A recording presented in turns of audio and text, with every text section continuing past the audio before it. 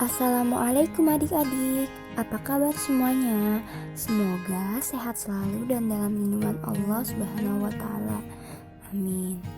Walaupun kalian tetap berada di dalam rumah, semoga tidak melunturkan semangat belajar dan jangan lupa untuk selalu mengawali setiap kegiatan dengan membaca doa terlebih dahulu.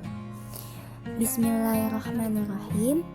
Baik adik-adik, pada hari ini kita akan memasuki bab 2, yaitu tentang akhlak tercela yang harus dihindari.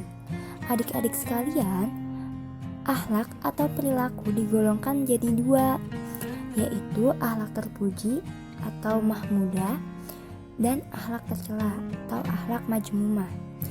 Akhlak terpujilah yang harus selalu kita lakukan dalam keseharian, sedangkan akhlak tercela haruslah kita hindari karena akhlak tersebut adalah akhlak yang Allah benci. Tentu kita semua tidak mau kan menjadi hamba yang dibenci Allah. Na'udzubillah min zalik. Langsung saja. Baik, yang pertama adalah sifat ananiyah, artinya mementingkan diri sendiri atau egois. Perilaku ini biasanya sering kita jumpai di kehidupan kita loh. Contoh, seperti orang yang tidak mau peduli keadaan orang lain, maunya menang sendiri. Ketika melihat orang lain susah, ia malah tidak mau membantunya. Dampak negatif dari sifat ini ialah 1. Dimurkai oleh Allah. Mengapa bisa begitu? Karena ia merasa mampu, padahal kemampuannya itu semata-mata dari Allah Subhanahu wa Ta'ala. Yang kedua, menjadikan orang lupa diri. Yang ketiga, tidak mampu menjalankan peran hidupnya. Yang keempat, sulit dinasihati. Yang terakhir, merasa malu meminta bantuan orang lain karena didorong oleh sifat egoisnya ini. Padahal sejatinya manusia adalah makhluk sosial yang membutuhkan bantuan orang lain. Bagaimana cara menghindari sifat ananiyah ini? Yang pertama, berusaha untuk selalu menghargai pendapat orang lain.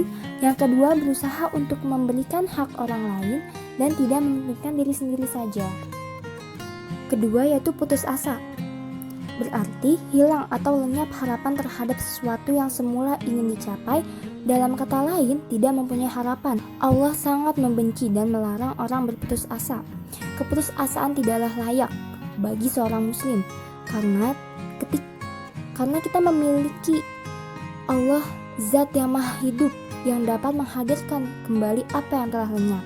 Ciri orang yang berputus asa yaitu mudah menyerah, malas dan tidak percaya pada kemampuannya. Dampak negatifnya yaitu kufur. Keputusasaan membuat orang menjadi kufur atas nikmat Allah dan tidak meyakini eksistensi Allah. Dengan begitu, ia cenderung tidak memiliki harapan. Yang kedua, kualitas hidupnya memburuk. Karena orang yang berputus asa mudah terkena penyakit psikis karena ia cenderung cepat menyerah, depresi dan stres. Agar terhindar dari sifat putus asa, seseorang harus senantiasa yakin bahwa ada Allah yang bersamanya, karena Allah tidak akan memberikan cobaan di luar batas kemampuan hambanya. Baik, selanjutnya yaitu godob, yang berarti marah atau pemarah. Ada 2 jenis marah, yaitu marah positif, godobullah, dan marah negatif, godobus syaiton. Godobullah contohnya, guru marah ketika ada murid yang tidak patuh. Orang tua marah karena anaknya tidak berbakti dan menghormatinya. Itulah marah-marah yang diperbolehkan. Sedangkan marah negatif yaitu godobus syaiton bersumber karena nafsu lawamah. Contoh, marah tanpa sebab, marah yang menimbulkan perkelahian. Inilah marah yang harus kita hindari. Dampak negatifnya yaitu tidak dapat menyelesaikan masalah dengan baik, membuat tensi darah naik, menimbulkan kecewaan dan sakit hati karena menimbulkan permusuhan, mengganggu ketentraman dan kerugian. Cara menghindari sifat godob yaitu dengan membiasakan diri beristighfar dan mengambil air wudhu ketika ingin atau sedang marah. Tamak ialah terlampau besar keinginan duniawinya seperti terhadap kekayaan harta benda. Contoh, serakah dengan warisan, tidak pernah merasa puas dengan harta yang dimilikinya, rakus dalam makanan. Dampak negatifnya yaitu tidak selamat dunia akhirat, hartanya akan habis karena ketamakannya, tidak disegani orang sekitar, hidup tidak berkah dan mendapat azab Allah.